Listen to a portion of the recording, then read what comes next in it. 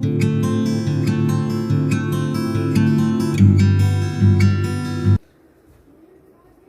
कैसे हैं आप लोग। मेरा नाम है प्रियांशु और मैं हूं आपका साइंटिफिक भैया। और चलिए हम लोग आज पढ़ने वाले हैं एलिमेंट्री कैनाल में आगे बढ़ने वाले हैं। ठीक है, तो लास्ट क्लास में हम लोग स्मॉल इंटेस्टाइन तक ही पढ़ पाए थे, एक छोटा सा वीडियो रहा था। तो आज हम लोग लार्ज इंटेस्टाइन स्टार्ट करेंगे, लार्ज इंटेस्टाइन के बारे में जानेंगे। बहुत कुछ तो नहीं है, पर चलिए देखते हैं क्या है large intestine. So large intestine का जो डायमीटर है हम लोग के स्मॉल इंटेस्टाइन से बड़ा है, मतलब वो चौड़ा होगा। ठीक है, वो चौड़ा होगा, उसका विड्थ ज्यादा होगा। तो हम लोग लिख सकते हैं diameter bigger than small intestine. तो इसके डायमीटर का वैल्यू मैं आपको क्यों नहीं बता रहा हूं। जैसे उसमें हम लोग डायमीटर का वैल्यू जाने थे कि स्मॉल इंटेस्टाइन में हम लोग का जो ड्यूडेनम है उसका हम लोग तो नहीं जाने थे, पर हम लोग जेजुनम का जाने थे और इलियम का जाने थे, जो होता है 3.5 and 4। पर यहाँ पे हम लोग नहीं जानेंगे कि इसका विड्थ क्या है, इसका डायमीटर क्या है, क्योंकि ये वेरी करेगा। Diameter varies from positions.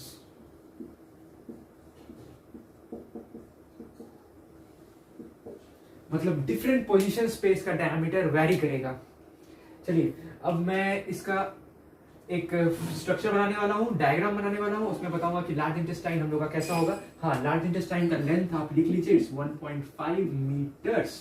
ठीक है, अब मैं स्ट्रक्चर से आपको समझाऊंगा कि लार्ज इंटेस्टाइन का जो डिफरेंशिएशन है वो किस प्रकार है। तो चलिए इसको फटाफट मिटा देते हैं। ठीक है,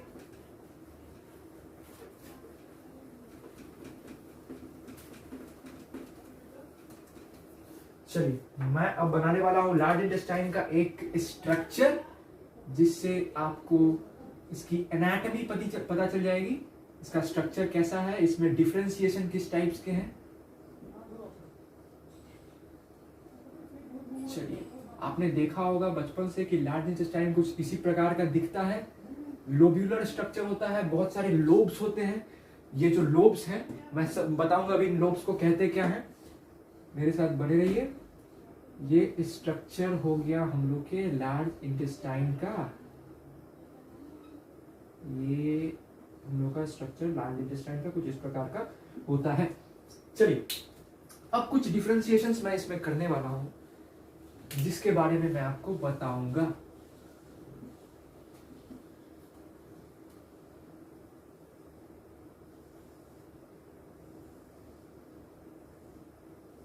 ठीक है, यहाँ पे हम लोग का लार्ज इंटेस्टाइन जो है वो स्टार्ट हो रहा है, इसको मैं बता देता हूँ। ठीक है, इसको मैं ब्लैक से ही बना देता हूँ। जहाँ पे हम लोग का लार्ज इंटेस्टाइन स्टार्ट हो रहा है, ध्यान दीजिएगा। यहाँ पे एक छोटा सा स्ट्रक्चर, इस स्ट्रक्चर को क्या कहते हैं मैं ये भी बताऊंगा। छोटा सा वॉर्म जैसा स्ट्रक्चर, इसको क्या कहते हैं। और ये हम लोग का स्मॉल इंटेस्टाइन, ये हम लोग का स्मॉल इंटेस्टाइन, जो आप इमेजिन करिए कि यहाँ पे आके जुड़ रहा है। ठीक है, चलिए अब देखते हैं लार्ज इंटेस्टाइन में हम लोग का क्या है। तो ये है हम लोग का स्मॉल इंटेस्टाइन, जो बीच में है, ये पेरीफेरी में है। आप देखते होंगे, हम लोग जो ह्यूमन बॉडी का स्ट्रक्चर देखते हैं, ह्यूमन बॉडी के स्ट्रक्चर में आपने देखा होगा कि लार्ज इंटेस्टाइन बाहर की ओर है, स्मॉल इंटेस्टाइन बीच में कंप्रेस्ड है, मतलब बीच में बहुत ज्यादा कॉइल्ड है, बीच में प्रेजेंट है। ठीक है, तो ये स्मॉल इंटेस्टाइन का कौन सा पार्ट है जो यहाँ पे आके खुलेगा, ये है इलियम। ये हम लोग का इलियम है जो यहाँ पे आके खुलेगा स्मॉल इंटेस्टाइन के एक पार्ट में, जिसको कहते हैं सिक्कम। सिक्कम लिख लीजिएगा, CAECUM, सिक्कम। ये एक स्ट्रक्चर है। सिक्कम से ओरिजिनेट होता है एक स्ट्रक्चर जिसको कहते हैं वर्मीफॉर्म। वर्मीफॉर्म अपेंडिक्स डिक्स। ठीक है, तो वर्मीफॉर्म अपेंडिक्स क्या है, आप देख सकते हैं ये वॉर्म जैसा स्ट्रक्चर है। वॉर्म, आप जानते हैं वॉर्म क्या होता है। जैसे अर्थ वॉर्म एक हम लोग का एग्जांपल हो गया, टेप वर्म एक एग्जांपल हो गया। वैसे ही एक वर्म जैसा स्ट्रक्चर, वर्म के जैसा स्ट्रक्चर है जिसको हम लोग कहते हैं vermiform appendix.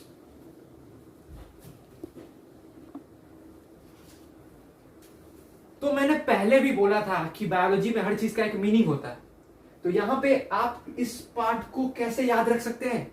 Vermiform, worm, worm से याद रखिएगा, फॉर्म इसका मतलब वही है, वर्म जैसा, वर्मीफॉर्म, वर्म जैसे फॉर्म वाला, वर्मीफॉर्म अपेंडिक्स, इसको अपेंडिक्स कहते हैं। ठीक है, ये हम लोग के बॉडी में वेस्टिजियल ऑर्गन है। मैं यहां पे लिख देता हूं, इट्स एन वेस्टिजियल ऑर्गन। ये वेस्टिजियल है जिसका अभी हाल फिलहाल में कोई यूज हम लोग के बॉडी में नहीं हो रहा है, पर एक टाइम पे हुआ करता था। इवोल्यूशन ने इस पार्ट को एक्सटिंग्विश कर दिया, हटा दिया, ठीक ना। पर अभी भी इसका एक रिप्रेजेंटेशन हम लोग के बॉडी में दिखता है अपेंडिक्स के फॉर्म में। ठीक है, तो इसका लेंथ है अबाउट 8 सेंटीमीटर्स होता है। ठीक, और सिक्कम का लेंथ हम लोग का 6 सेंटीमीटर होता है। मैं छोटे छोटे लिख रहा हूं, ये डेटास हैं, डेटास को आप किसी भी फॉर्म में याद रख सकते हैं। सबसे जरूरी बात है इसे स्ट्रक्चर को समझना, जिसे हम लोग को याद करना। अब ये सिक्कम खुलता है कोलोन में, जो है हम लोग का लार्जेस्ट पार्ट। मैं लिख देता हूं, कोलोन लार्जेस्ट, लॉन्गेस्ट, ये लॉन्गेस्ट है, longest part of large intestine.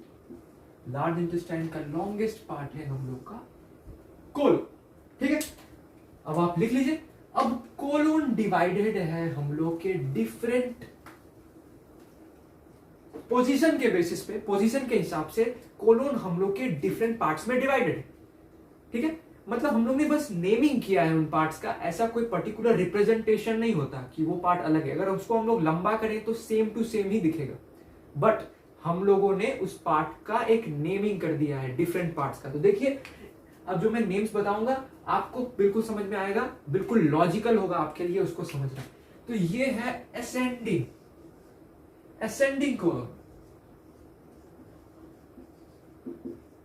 ये सारे कॉलोनी है, पर मैं हम लोग ने स्ट्रक्चर का बस स्ट्रक्चर के पोजीशन के हिसाब से रिप्रेजेंट कर दिया है। असेंडिंग, एक ऊपर की तरफ जाता हुआ, एक ट्रांसवर्स है,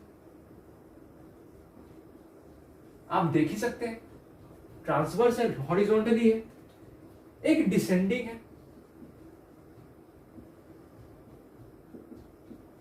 डिसेंडिंग कोलोन, आप देख सकते हैं, ये हम लोग का डिसेंडिंग कोलोन। एंड एक एस टाइप का स्ट्रक्चर बना रहा है, आप यहां देख सकते हैं, इसको हम लोग कहते हैं सिग्मोइड, सिग्मोइड कोलोन।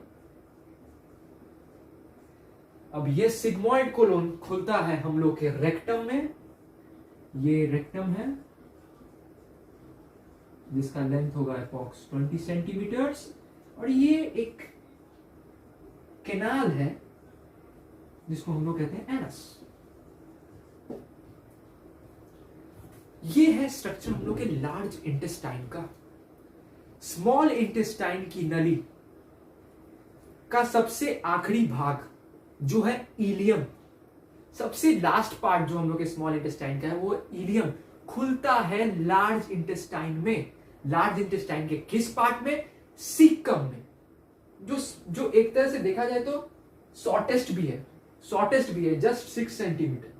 और हम लोग का जो कोलोन है वो लॉन्गेस्ट, एक शॉर्टेस्ट है, एक लॉन्गेस्ट है। ठीक है, तो इलियम खुलता है हम लोग के सीकम में, सीकम खुलता है कोलोन में, जो हम लोग का मिडिल पार्ट है। कोलोन खुलता है हम लोग का रेक्टम में।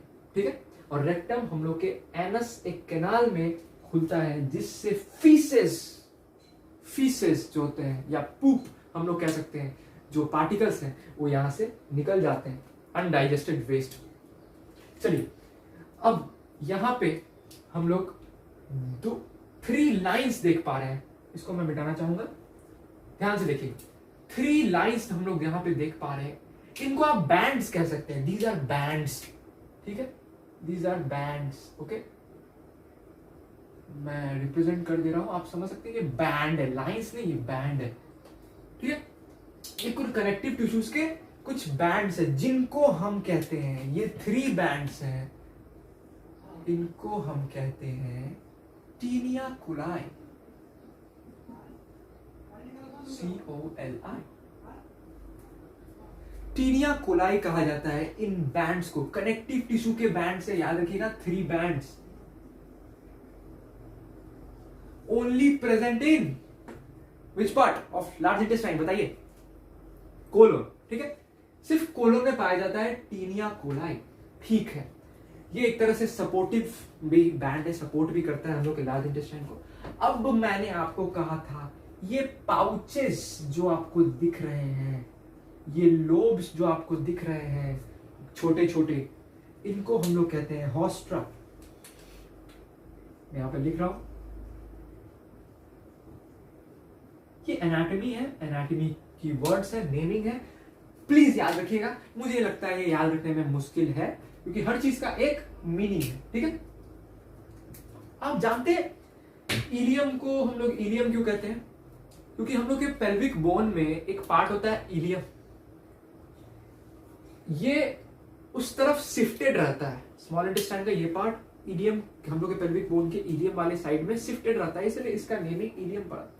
तो कहीं ना कहीं सब कुछ रिलेटेड है बायोलॉजी में, आप समझ सकते हैं। और जैसे जैसे आप प्रैक्टिस करेंगे, जैसे जैसे आप आगे बढ़ेंगे, आपको बेसिक नॉलेज होती जाएगी, आप एक चेन बना पाएंगे डिफरेंट वर्ड्स के बीच में, और सब कुछ बहुत आसान लगने लगेगा।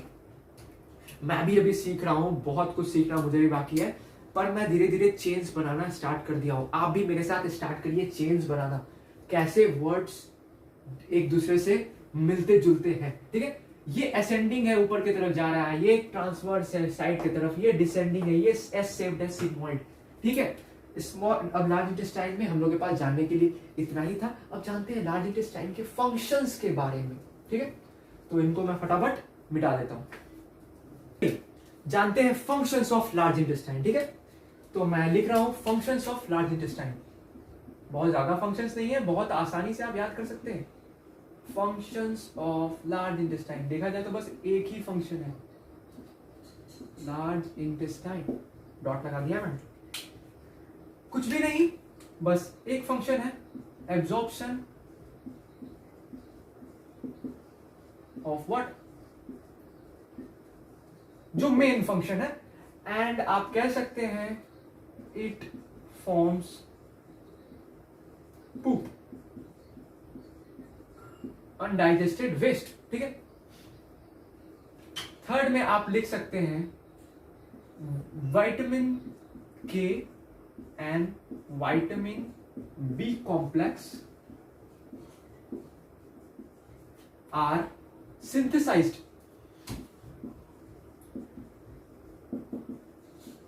here. Vitamin K and vitamin B complex bacteria के द्वारा सिंथेसाइज कर दिया जाता है हम लोग के लार्ज इंटेस्टाइन में। कुछ बैक्टीरियाज पाए जाते हैं, गुड बैक्टीरियाज, जो हम लोग के लार्ज इंटेस्टाइन में हानि कुछ नहीं पहुंचाते, एक सिम्बायोटिक रिलेशनशिप में रहते हैं और बनाते हैं vitamin K and vitamin B complex, like vitamin B12, ठीक है। चलिए, तो ये था हम लोग का फंक्शन। अब चलते हैं हिस्टोलॉजी ऑफ ह्यूमन गट, ठीक है। चलिए, बड़े बड़े शब्द आते जा रहे हैं हम लोग के सामने,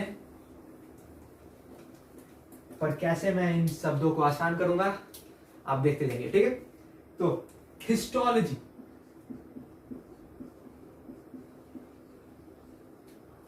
of human gut,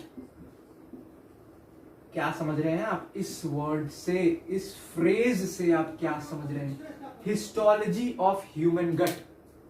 histology means tissue study, study of tissue level organisation. Tissue जो हम लोग की गट, जो है गट तो आप जानते होंगे, स्टमक, इंटेस्टाइन, एलिमेंट्री कैनाल, गट है हम लोग का। गट का हिस्टोलॉजी क्या है, किस टाइप के टिश्यू में डिफरेंशिएटेड है हम लोग का पूरा गट, जानेंगे हम लोग हिस्टोलॉजी ऑफ ह्यूमन गट में। तो चलिए देखते हैं।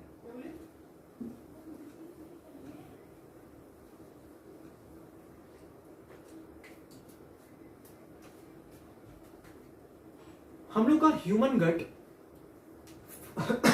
सॉरी 4 लेयर्स में डिवाइडेड। ठीक है, उन लेयर्स को हम लोग जानेंगे एक ट्रांसवर्स क्रॉस सेक्शन से। ट्रांसवर्स सेक्शन किस प्रकार का होगा कि अगर ये हम लोग का पाइप है एलिमेंट्री कैनाल का, इसको आप मान सकते हैं स्मॉल इंटेस्टाइन, या आप मान सकते हैं लार्ज इंटेस्टाइन, या आप मान सकते हैं स्टमक, या आप मान सकते हैं ईजोफेगस की जो नली है, कोई भी नली पूरे एलिमेंट्री कैनाल की, उसको अगर हम लोग ट्रांसवर्स सेक्शन काटेंगे, एक सेक्शन लेंगे और उसको हम लोग ऊपर से देखेंगे, ठीक है, सुपीरियर पार्ट से हम लोग अगर उसको देखेंगे तो क्या होगा, चलिए देखते हैं। अब ये स्ट्रक्चर मैं यहां पे बनाने वाला हूं, ऊपर से देखने वाले हम लोग, इस पार्ट को देखने वाले हैं, इस पार्ट को, ठीक है, ध्यान दीजिएगा, इस पार्ट को हम लोग देखने वाले हैं। क्रॉस सेक्शन काट रहे, पूरे एलिमेंट्री कैनाल का सेम है स्ट्रक्चर, पूरे एलिमेंट्री कैनाल का स्ट्रक्चर सेम है, ध्यान दीजिएगा। कुछ पॉइंट्स पे एक्सेप्शंस हैं जो मैं आपको बताऊंगा, ठीक है। चलिए अब देखते हैं, मैं स्ट्रक्चर बना लेता हूं। सबसे अंदर हम लोग का है म्यूकोसा लेयर,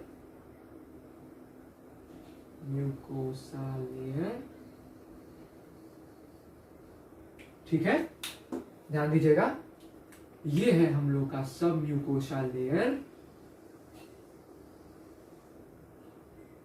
ये हम लोग का है प्लेक्सस को मैं यहां पे लिख रहा हूं, डॉट से बना रहा हूं प्लेक्सस। मैं बताऊंगा प्लेक्सस क्या होता है, क्या है ये प्लेक्सस, अजीब सा शब्द क्या है, नया शब्द क्या है, प्लेक्सस मैं आपको बताने वाला हूं, ठीक है। सब म्यूकोसा के ऊपर होगा हम लोग का मस्कुलरिस लेवल, जो होगा कुछ, मैं समझाने के लिए बता रहा हूं जिससे आपको समझ में आए,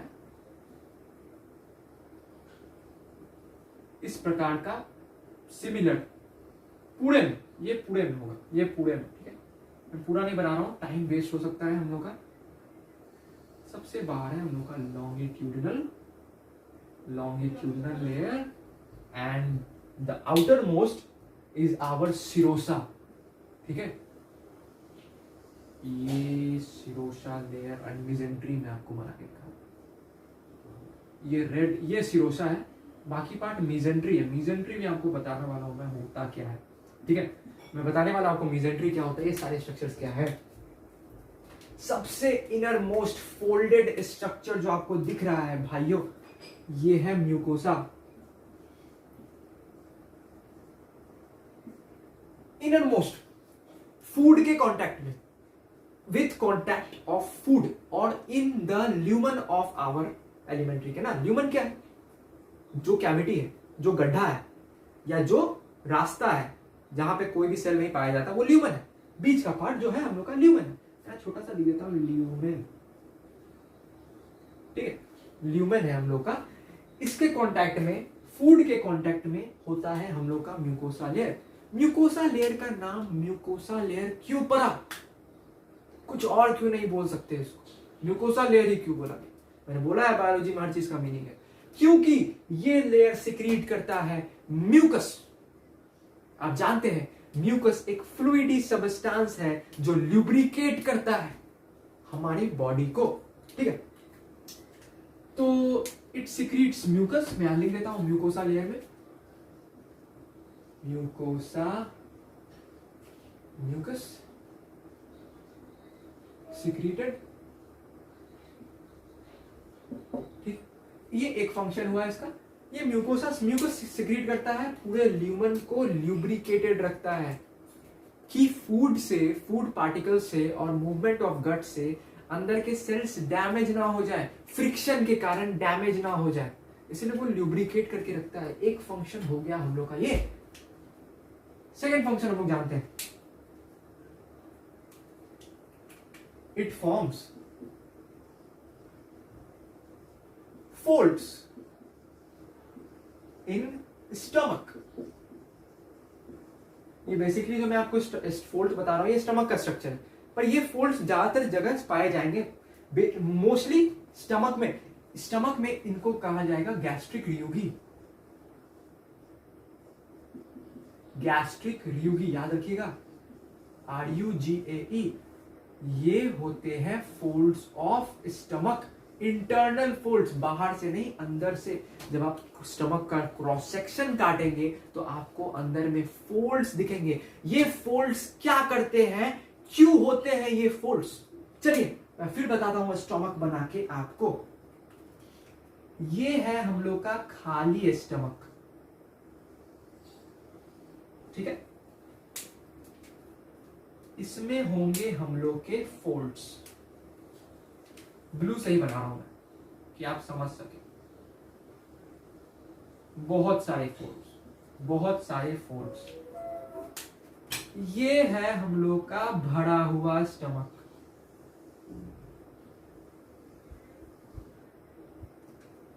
भरे हुए स्टमक में फोल्ड्स छोटे हो गए।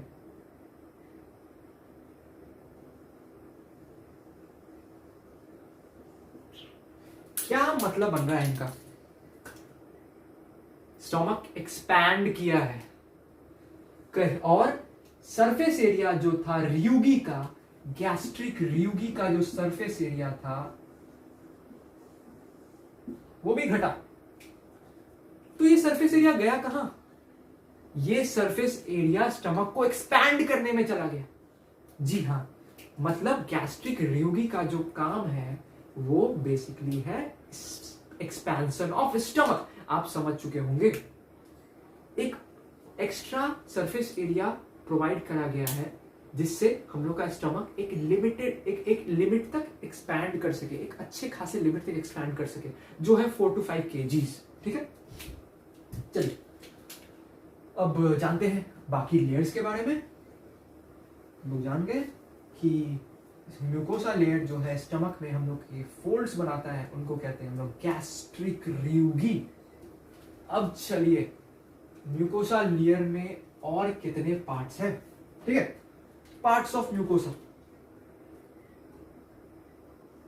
पार्ट्स ऑफ म्यूकोसा, ठीक है।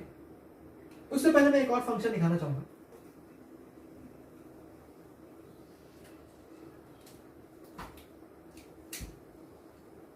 Mucosa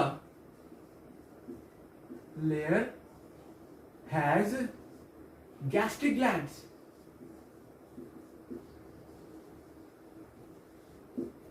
Intestinal glands.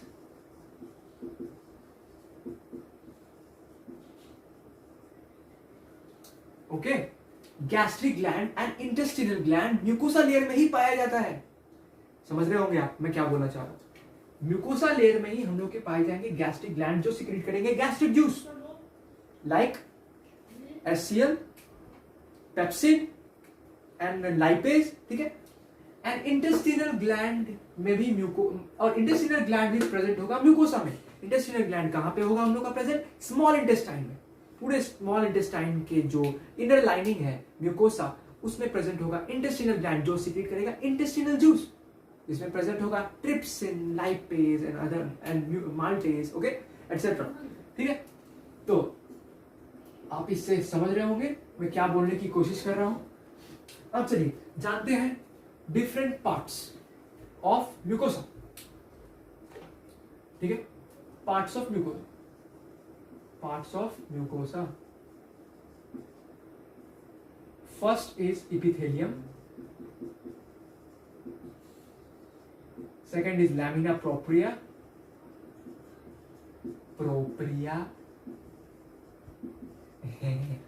ठीक है। और सबसे बाहर का जो है हम लोग का पार्ट वो है मस्क्यूलरिस,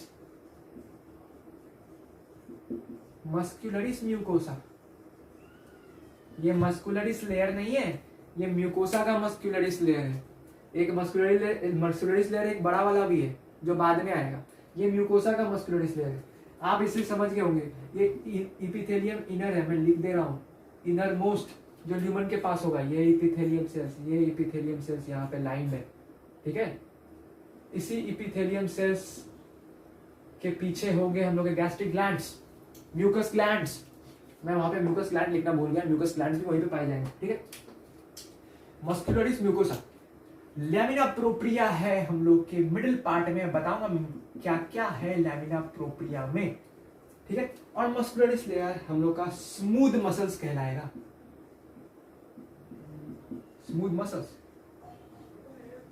ठीक है।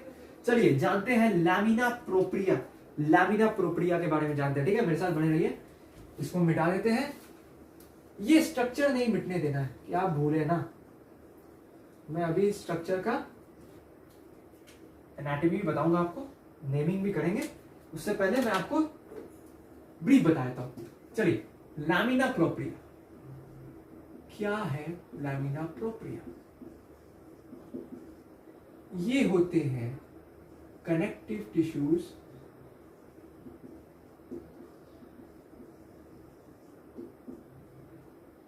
lymphatic tissues,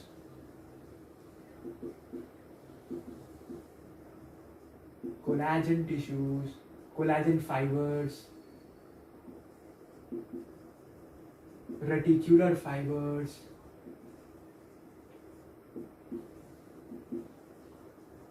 elastic fibers। हाँ बस इतना ही, इससे ज्यादा नहीं। इतनी सारी चीजों का बना होता है ये लैमिना प्रोप्रिया। पर सबसे इंपॉर्टेंट काम इसका एक है, वो है प्रोटेक्ट करना। ये बनाता है lymphocytes, production of WBCs, lymphocytes, और आप कह सकते हैं प्रोडक्शन ऑफ एंटीबॉडी, ठीक है। एंटीबॉडी प्रोड्यूस करता है। अब मैं आपको एक और बात याद दिलाना चाहता हूं, वो है पेयर्स पैचेस जो प्रेजेंट था हम लोग के इलियम में। याद करिए, इलियम में कुछ लिम्फैटिक टिश्यूज के लोब्यूल्स थे, क्लस्टर था, पेयर्स पैसेज। वो पेयर्स पैसेज किस लेयर में पाया जाएगा गट के? तो वो गट के म्यूकोसा लेयर के लैमिना प्रोप्रिया में पाया जाएगा, क्योंकि लैमिना प्रोप्रिया में प्रेजेंट होते हैं लिम्फैटिक टिश्यूज। लैमिना प्रोप्रिया में ही प्रेजेंट होते हैं लिम्फैटिक टिश्यूज, ठीक है। आप समझ रहे होंगे मैं क्या बोलना चाह रहा हूं, ठीक है। तो ये लैमिना प्रोप्रिया का हम लोग का फंक्शन था। अब चलते हैं लैमिना प्रोप्रिया के बाहर, और क्या पाया जाता है लैमिना प्रोप्रिया में। पेयर्स पैसेज याद रखिएगा, ठीक है ना। इलियम में पाया जाता है pairs passage, cluster of lymphatic tissues, ठीक है। इसके बाद आता है हम लोग का मस्कुलरिस म्यूकोसा, मस्कुलरिस म्यूकोसा,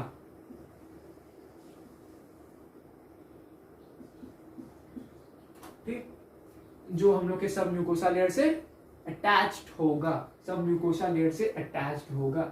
ये है स्मूथ मसल्स।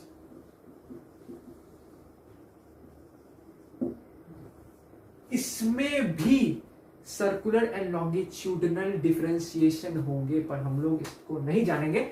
जैसे ये मस्कुलर लेयर जो हम लोग का है, उसमें भी सबसे बाहर होते हैं लॉन्गिट्यूडिनल, अंदर होते हैं सर्कुलर। वैसे ही स्मूथ मसल जो है ये हम लोग का मस्कुलरिस म्यूकोसा, इसमें भी सर्कुलर एंड लॉन्गिट्यूडिनल बाहर, सर्कुलर अंदर का डिफरेंशिएशन होगा, जान सकते हैं आप, ठीक है। ये है हम लोग का स्मूथ मसल। इसके बाद मस्कुलरिस म्यूकोसा के बाद आता है हम लोग का लेयर, अब मैं बता रहा हूं, सब म्यूकोसा। बेसिकली हम बाहर से अंदर जाते हैं, मैं आपको अंदर से बाहर लेके जा रहा हूं, ठीक है। अंदर जानेंगे फिर बाहर जानेंगे। ये है हम लोग का सब म्यूकोसा लेयर, ठीक है।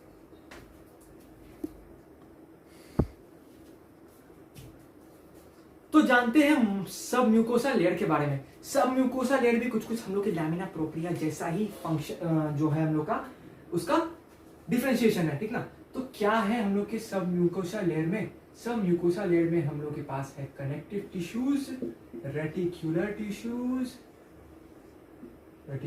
Tissues, collagen fibres, elastic fibres,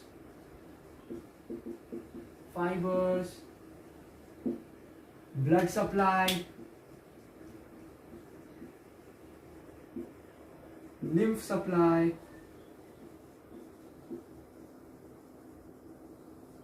nerve supply.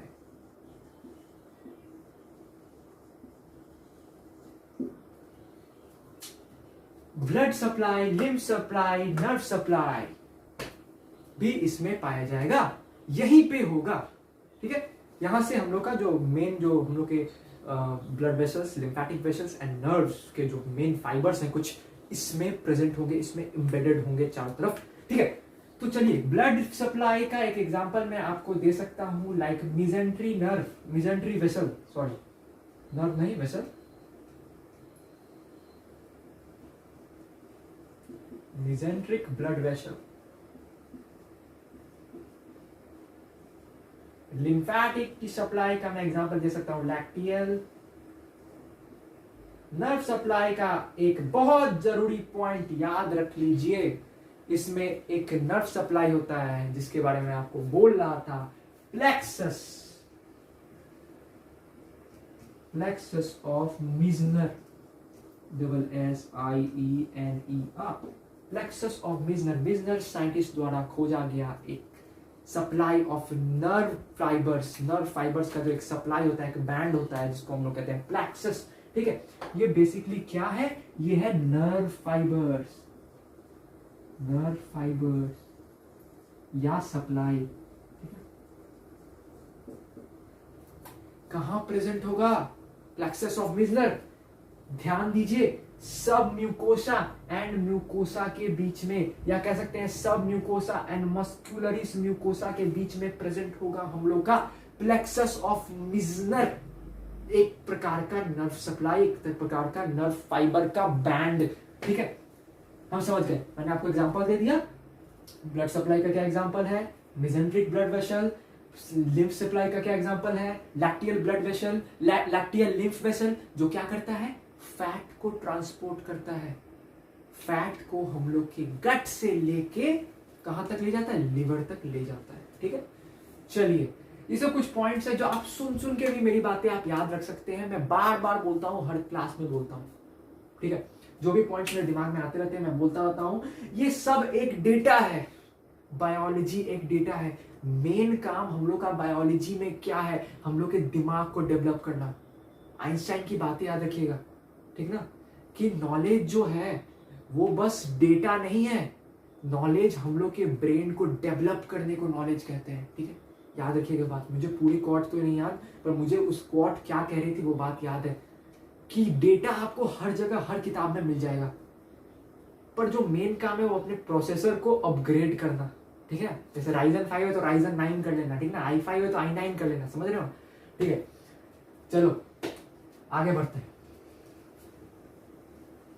Mesenteric plexus Mizner के बारे में कुछ जानते हैं, प्लेक्सस ऑफ मिजनर क्या करता है क्या नहीं करता है, ठीक है। मैं यहां पे लिख रहा हूं plexus of Mizner, plexus of Mizner, ठीक है। प्लेक्सस ऑफ मिजनर आप जान गए, नर्व सप्लाई है, present between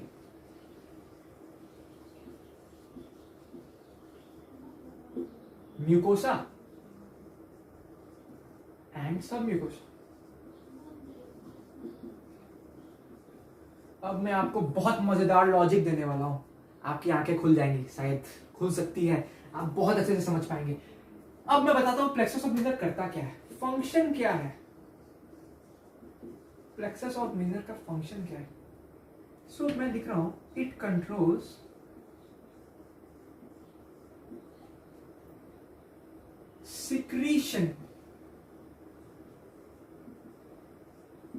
secretion of gastric juice,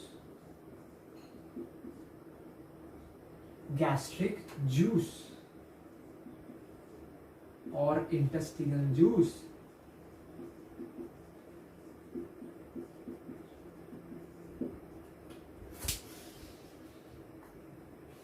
क्या कॉन्सेप्ट बन रहा है आपका इससे, कॉन्सेप्ट क्या बन रहा है इससे आपका, याद करने के लिए तो आप याद कर लेंगे, ठीक है, कि ये सिक्रीशन ऑफ गैस्ट्रिक जूस को कंट्रोल करता है, या जो भी हम लोग के गट के सिक्रीशंस हैं, जूसेस के, डाइजेस्टिव जूसेस के जो सिक्रीशन है, डाइजेस्टिव जूस आप याद रख सकते हैं, का जो सिक्रीशन है उसको कंट्रोल कर रहा है, ठीक है। अब एक बात ध्यान रखिए, ये पाया कहां जा रहा है, ये पाया जा रहा है म्यूकोसा की तरफ, ठीक है।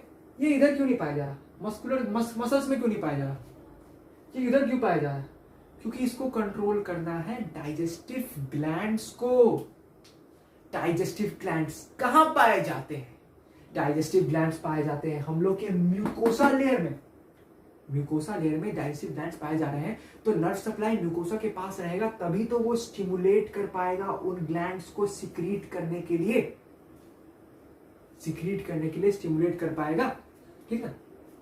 और वो भी हार्मोन की तरह होता है, सेक्रेटिन, ठीक है।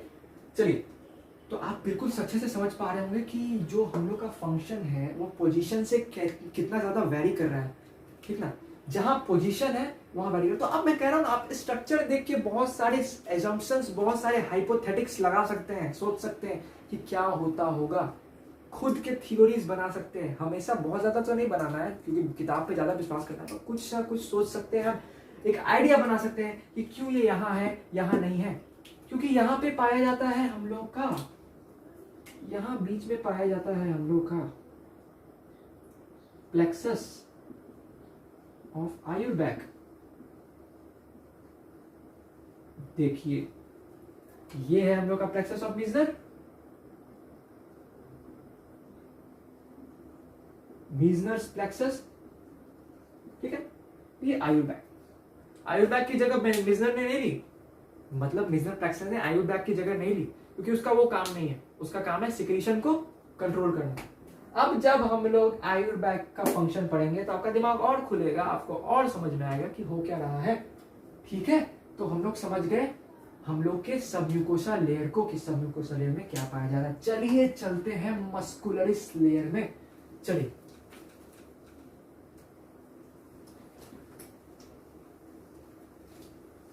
मैं इसको फटाफट मिटा देता हूं, ठीक है। ये मीजेंट्री गायब नहीं होना चाहिए। चलो लिखते हैं हम लोग, देखते हैं मस्कुलरिस लेयर।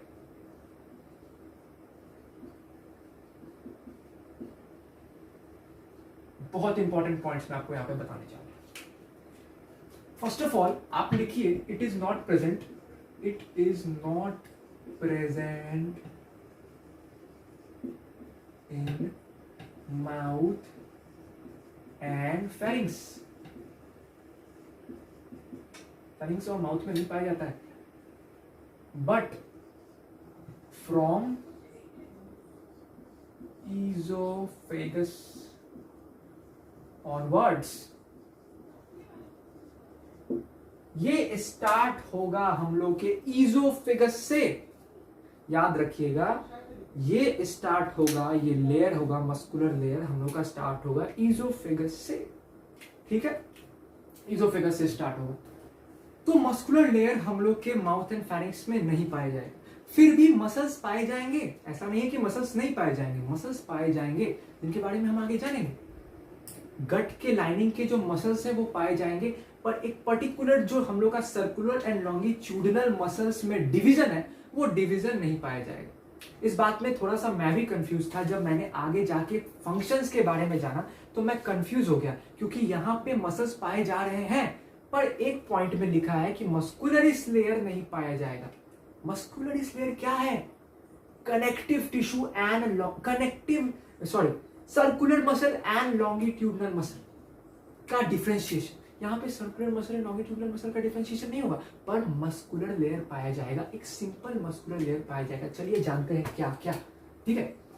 तो नोट करिएगा मेरे साथ कि muscularis layer in mouth, in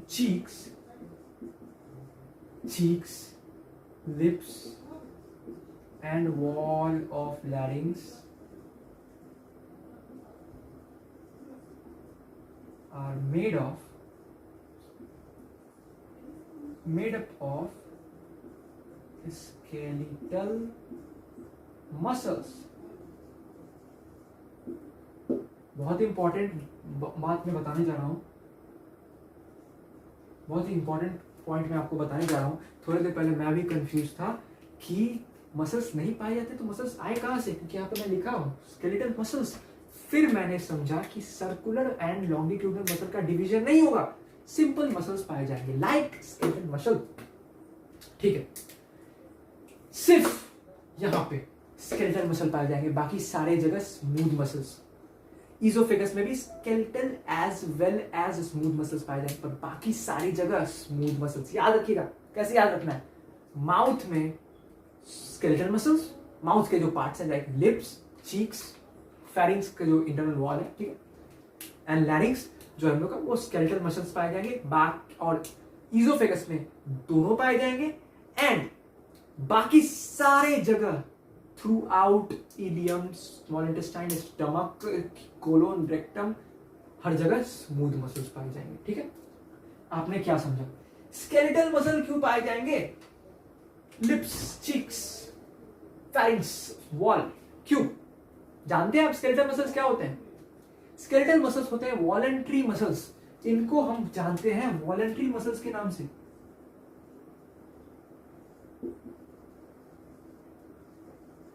voluntary का मतलब क्या है? वॉलंटरी का मतलब खुद के दिमाग से कंट्रोल करने वाला। मतलब दिमाग से तो सब कुछ कंट्रोल होता है, पर खुद के विल से कंट्रोल करने वाला, जिस टाइम चाहे उस टाइम कंट्रोल कर सके। आखिर हम लोग अपने लिप्स, चीक से एक्सप्रेशंस बना पाते हैं ना, खुद के विल से एक्सप्रेशंस। ये हम लोग का ऑटोनोमस नर्वस सिस्टम कंट्रोल नहीं कर रहा, ये हम लोग का सेरेब्रल कॉर्टेक्स कंट्रोल कर रहा है। एक्सप्रेशंस जो है हम लोग के, ये खुद में खुद नहीं हो रहा है, ये हम लोग के विल से हो रहा है। तो ये वॉलंटरी है। अगर स्केलेटल मसल्स हम लोग के इन पार्ट्स में नहीं पाए जाते तो हम लोग का कोई भी एक्सप्रेशन होता ही नहीं। हम लोग एक्सप्रेशन लेस एनिमल्स रहते हैं, like some of other animals. ठीक है, हम लोग के पास एक्सप्रेशन है due to voluntary muscles present in our cheeks, lips and wall of larynx. Oesophagus में बोथ पाए जाएंगे, लिख लीजिएगा, हैज बोथ। ठीक है, बोथ आप समझ गए, smooth and skeletal, smooth and skeletal, that are, मैं लिख ही देता हूं, that are smooth and skeletal. ठीक है, एंड अदर्स में सिर्फ स्मूथ।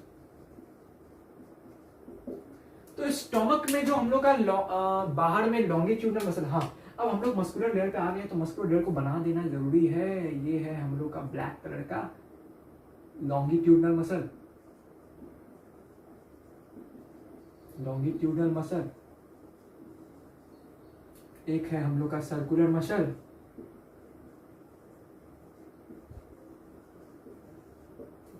समझ गए, बाहर लॉन्गिट्यूडनल, अंदर सर्कुलर मसल। ठीक है, एंड अभी तो बहुत सारे पॉइंट्स है। अदर स्मूथ, बाकी तो हम लोग के जो स्टमक में जो होगा मस्कुलर लेयर, वो किस मसल्स का बना होगा? क्या वो स्केलेटल होगा या स्मूथ होगा?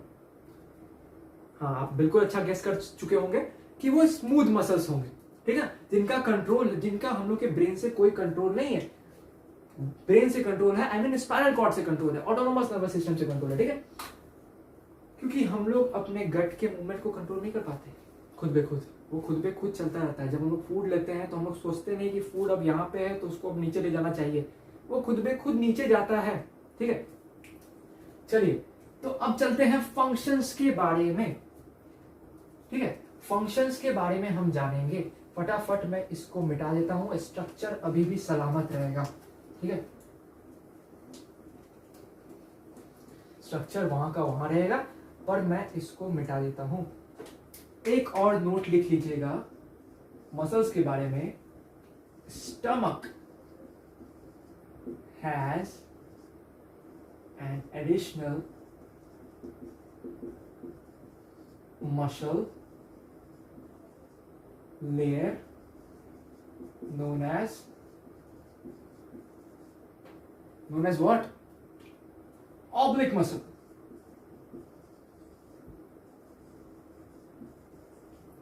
ऑब्लिक मसल्स होते हैं स्टमक में स्पेशली, बाकी कहीं नहीं, स्टमक में, क्योंकि स्टमक में मैक्सिमम मूवमेंट होता है। कोई पूछेगा आपसे कि मैक्सिमम पेरिस्टालिसिस कहाँ हो रहा है, तो स्टमक में हम लोग का मैक्सिमम पेरिस्टालिसिस मूवमेंट होता है। तो उतने सारे मूवमेंट को कंट्रोल करने के लिए मसल्स तो जरूरी है, और मसल्स के बिना मूवमेंट होगा नहीं, कॉन्ट्रैक्शन एंड रिलैक्सेशन होगा नहीं। इसलिए ऑब्लिक मसल यहाँ पे एक्स्ट्रा एक पाया जाता है।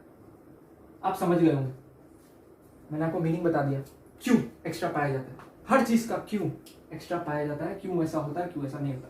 ठीक है, चलिए अब मैं फंक्शंस बताता हूं, functions of muscles, muscularis layer, functions of muscularis, muscularis का जो फंक्शन है वो मैं आपको लिख देता हूं, जो है पेरिस्टालिसिस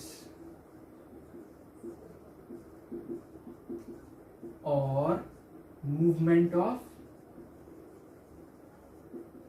गट, गट का मूवमेंट।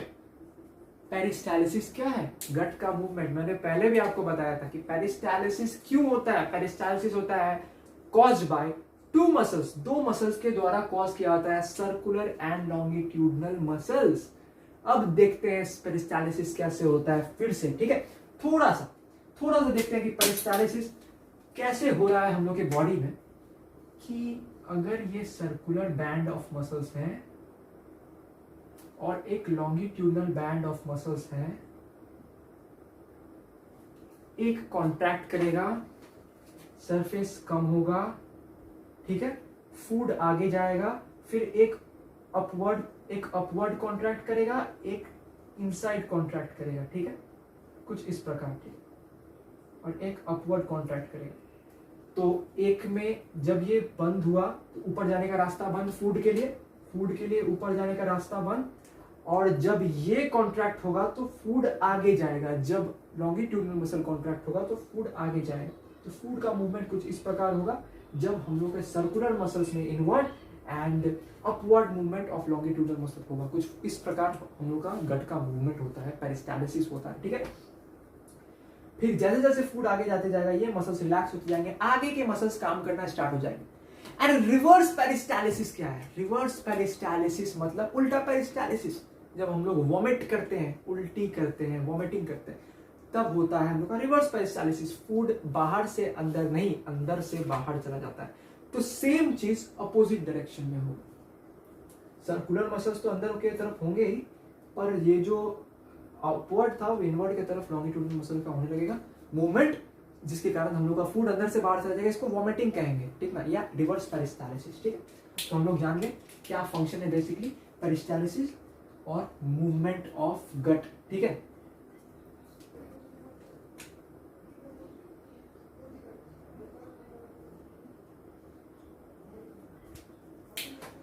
अब चलिए जानते हैं सिरोसा लेयर के बारे में। सबसे बाहर ये रेड कलर का पतला सा जो लेयर आपको दिख रहा है, ये क्या है?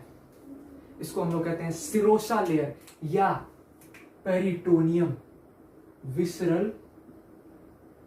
पेरिटोनियम।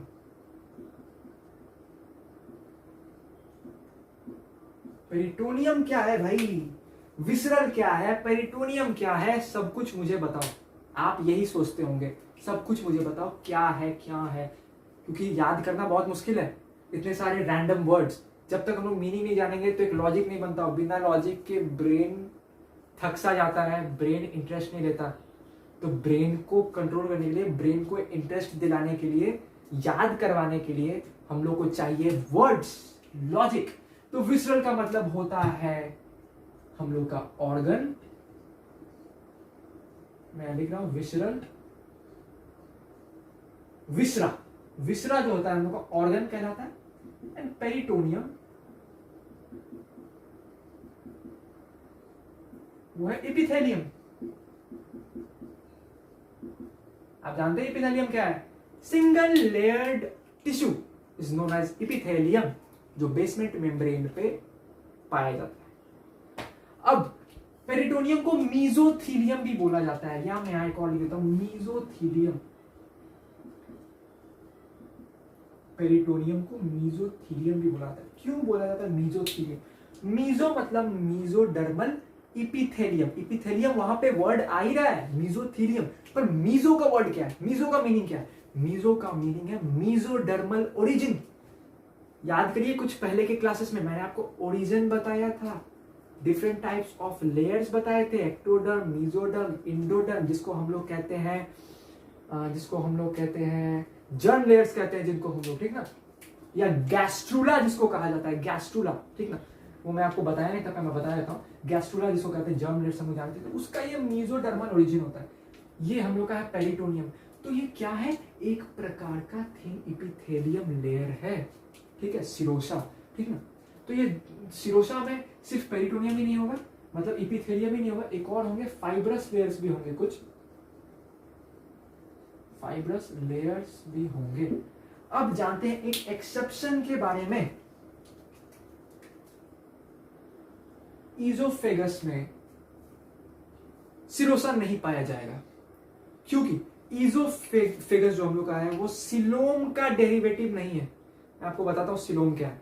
सिलोम हम लोग के बॉडी का कैविटी है।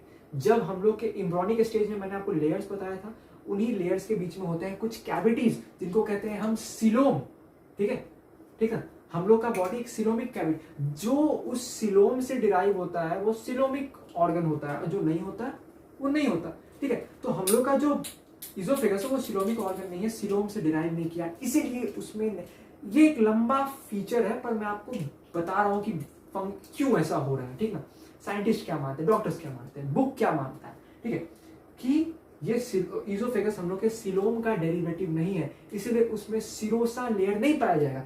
तो सिरोसा मैं यहां लिख रहा हूं, serosa layer is absent in esophagus. Addition to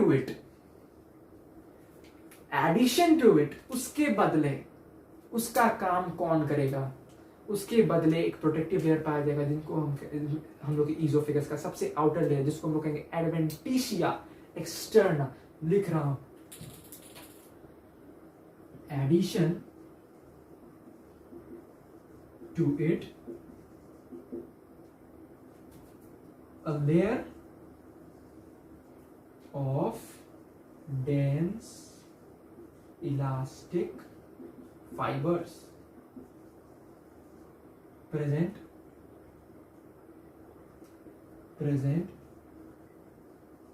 known as adventitia externa। अलग कलर से लिख रहा हूं,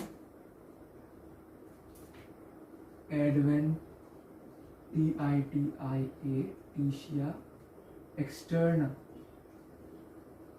एक्सटर्ना आप समझ सकते हैं, मतलब आउटर पार्ट में पाया जाएगा हम लोग का एडवेंटिशिया एक्सटर्ना, ठीक है।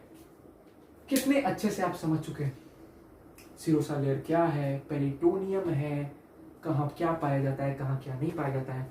पूरा हिस्टोलॉजी हमने आज खत्म कर दिया, ठीक है। सो नेक्स्ट क्लास में हम लोग पढ़ने वाले, आज का क्लास मैं यहीं पे ओवर कर रहा हूं। थैंक यू वेरी मच आप लोगों का इतनी देर तक मेरे साथ बने रहने के लिए, सीखते रहने के लिए। चलिए नेक्स्ट क्लास में हम लोग जानेंगे डाइजेस्टिव ग्लैंड्स के बारे में, जिसमें से एक डाइजेस्टिव ग्लैंड हम लोगों ने बहुत ही ब्रीफली खत्म कर लिया है, जो है सैलिवरी ग्लैंड। अगर वीडियो नहीं देखा है तो जाके देख लीजिए, बहुत ही ब्रीफली, बहुत ही अच्छे से मैंने बताया है सैलिवरी ग्लैंड क्या होता है, डीप में बताया है, थोड़ा सा मेरे हिसाब से मैंने कोशिश किया है, ठीक है।